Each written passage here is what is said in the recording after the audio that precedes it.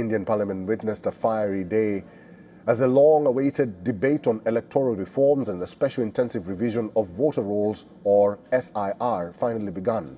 Leader of opposition Rahul Gandhi led the charge and posted major questions over elections voter mandate. SIR is a large-scale verification drive launched by the Election Commission to clean voter lists across multiple states.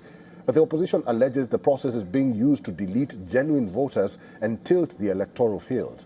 Opposition leader Gandhi was the first speaker, and he wasted no time attacking the government in the Lok Sabha.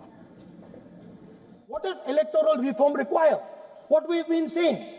Number one, give machine-readable voter lists to all political parties 1 month before the election. The second step is take back the law that allows the destruction of CCTVs. Also tell us what is the architecture of the EVM. Give us access to the EVM. Let our experts go and see what is inside the EVM. And finally, please change the law that allows the election commissioner to get away with whatever he wants to do. Meanwhile, the ruling BJP has dismissed opposition's claims on SIR. The party insisted India's election system is already among the best in the world.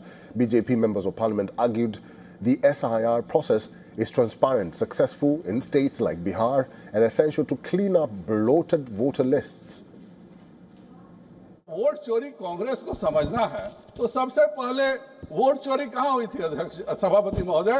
सबसे पहली vote चोरी 1947 में हुई थी, जब पूरी Congress working committee Sardar Patel जी के साथ थी और जवाहरलाल नेहरू को प्रधानमंत्री बना दिया गया। इससे बड़ा वोट चोरी का उदाहरण कहीं कुछ भी नहीं है। वोट चोरी 1975 में हुई थी, जब इंदिरा गांधी ने इमरजेंसी लगा करके जनता के सारे अधिकारों को छीनने का काम किया था।